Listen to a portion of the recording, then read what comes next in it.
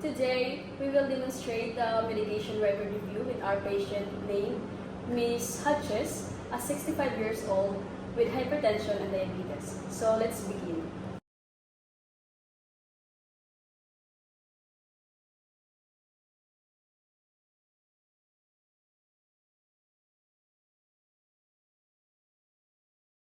Good afternoon, Miss Hodges.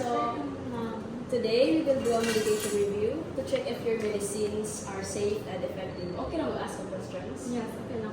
Sabi, state mo full name, unya, edad, o da ba kay allergy or wala? Ako dahil si William Hodges, niya, 65 years old, niya, wala lang sa allergy mo. Sige, sige. So, unsa imong na-feel ka ron or like na-feel ka like sakit? So, na-ako'y diabetes and hypertension. Okay, sige, sige.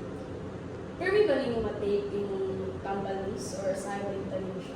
Yun, lagi ko nga, lagi lang magabi, ba? Okay. Balikan dyan ako siya. German chickens. So, next is, naka-experience ba ka of any like side effects?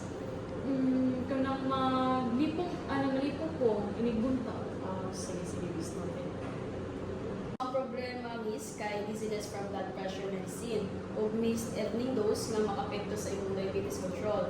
So, para makabangon ka, Miss, pwede nato i-adjust imong blood pressure once daily in the morning na lang. And then, pwede po nato siya gamitan o katong pill box. Familiar ka na? Sige, sige. Para dili ka malimot. Okay, sige, maayo na, doktor. So, layan ko na. So, Miss Hodges, I will document the findings. So, you have a hypertension and diabetes, and then you experience dizziness and evening doses.